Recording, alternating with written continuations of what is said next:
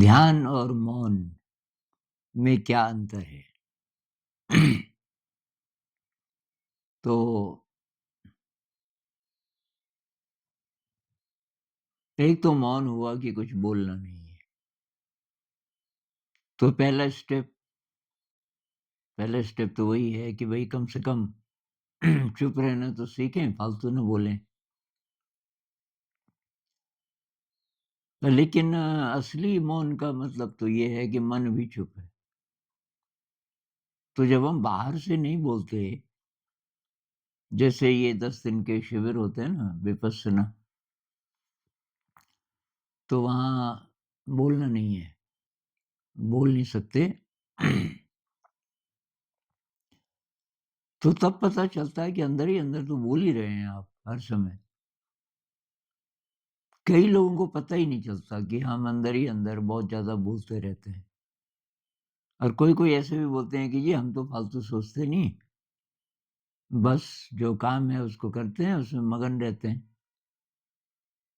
तो ऐसी स्थिति तो वही केवल किसी बहुत बड़े संत की हो सकती है। तो ज़्यादातर समय ऐसे लोग जो बोलते हैं कि हम तो नहीं सोचते जी फालतू, तो दरअसल वो उनको पता ही नहीं चलता। उनको पता ही नहीं चलता। ऐसे ही कुछ लोग बोलते हैं हम तो जी सपने देखते ही नहीं, मुझे नहीं आते सपने। तो दरअसल उसको याद नहीं रहते। सपने हर एक को आते हैं और बहुत ज़्यादा आते हैं। एक रात में कई सपने।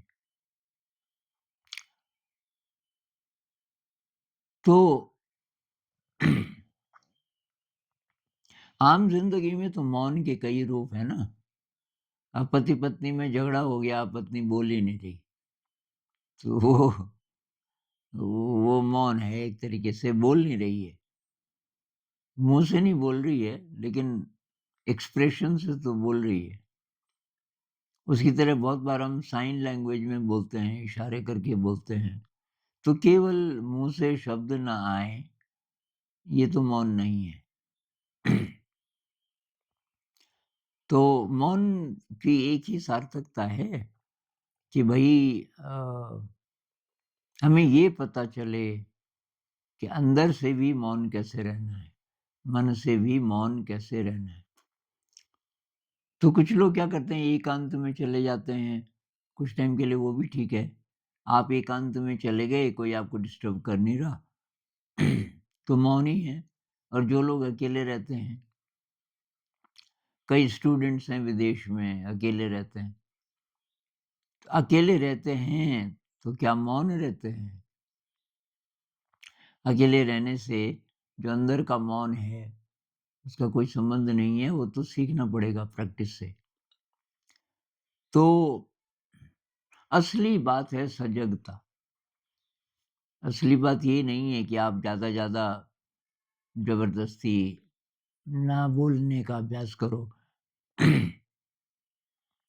कि भई मुँह से नहीं बोलेंगे, तो उसका तो कोई फ़ायदा नहीं है। लेकिन अवेयर होकर बोलेंगे, वो है असली बात। तो जब अवेयर होकर हम बोलते हैं, तो तब असली मौन आना शुरू होता है। बहुत बातें तब हम बोलेंगे ही नहीं, ज़रूरत ही नहीं है।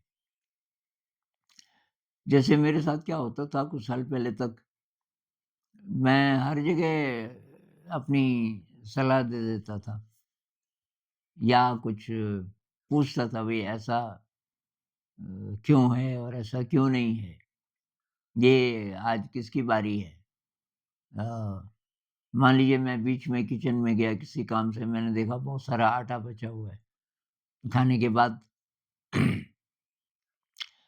अब जैसे आजकल है तो आटा फर्मेंट हो जाता है अगली सुबह तक। अभी तो ठंड पड़ गई, ये बर्फ गिर गई केदारनाथ, बद्रीनाथ में अभी 2-3 दिन पहले, तो बहुत ज़्यादा ठंड है यहाँ। लेकिन गर्मी के मौसम में अब रात को आटा बच गया, तो वो फर्मेंट हो जाता है सुबह तक, जो कि खराब बात नहीं है, फर्मेंटेड आटा अच्छा माना जाता है। लेकिन यहाँ लोग उसको खराब मानते हैं। तो अब मैंने चुप रहना सीखा भई अब बच गया आटा, तो अब मेरे बोलने से तो कोई फ़र्क पड़ेगा नहीं, तो ना बोलूँ मैं तो अच्छा है। कई छोटी-छोटी बातें ये आपने भाई सिंचाई की नल को फिर रखा क्यों नहीं फ़ोल्ड करके? मैं सोचता हूँ भाई तुम कर सकते हो तो करो, तो बोलो मत। क्योंकि जिसने किया अ, बोल करके वो नाराज़ भी हो सकता है। तो अब तो मैं जो खुद कर सकता हूँ तो मैं करने लग जाता हूँ। तो वो भी दिखता होगा साथियों को। तो बहुत बार हम ना दूसरों को ठीक करने के चक्कर में फालतू बोलते हैं। कई जगह हमारे बोलने की कोई ज़रूरत नहीं है, हमारे बोलने से कुछ होने वाला भी नहीं है। अच्छा कुछ फालतू की चर्चाएँ आप बस में किसी दोस्त को मिले, बस डिस्कस करने लग गए आप कि ये ट्रम्प आजकल क्या कर रहा है और ये और वो और वो और वो। सब फालतू की बातें। भई वो जो भी कर रहा है, आप इस समय क्यों डिस्कस कर रहे हो उसको? क्या फ़ायदा? लेकिन अब 2 लोग भी हैं तो चुप नहीं रह पाते। वही बोलें जो सार्थक हो। तो ये कैसे होगा? इसकी प्रैक्टिस करनी पड़ेगी और इसके लिए है ध्यान। अगर हम ध्यान का अभ्यास करेंगे, तो ये जो फालतू बोलने वाला है, ये ज़रा कम होना शुरू होगा। तो ध्यान में तब मौन बहुत ज़रूरी है। मौन का मतलब अंदर का मौन। तो आपको तब पता चलना शुरू होता है कि अंदर ही अंदर हम बहुत ज़्यादा बोलते हैं। कोई दूसरा है भी नहीं, बोल ही रहे हैं, बोल ही रहे हैं। तो तो ध्यान और मौन में क्या डिफ़रेंस है?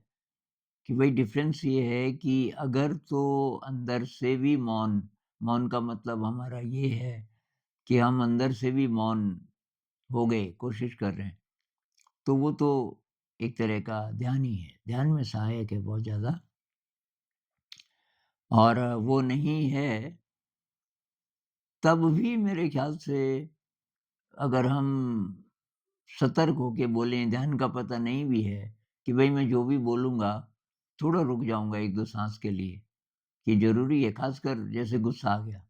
अब गुस्से में कुछ-कुछ मैंने बोल दिया, मान लीजिए कि ऐसी आदत है मेरी, अब बाद में मैं पछता रहा हूँ थोड़ी देर में, कि यार मैंने ऐसा क्यों बोला होगा? तो अगर ऐसा है, तो तब ये एक्सरसाइज़ मदद कर सकती है। चाहे आपको मेडिटेशन का नहीं भी पता, कि भई कुछ भी बोलने से पहले थोड़ा-सा 1-2 साँस के लिए रुक जाएँगे और तब धीरे-धीरे आप फालतू नहीं बोलेंगे। लेकिन असली मौन का मतलब तो वही है भई कि मन से मौन और वो तब साधना में सहायक है। नमस्कार।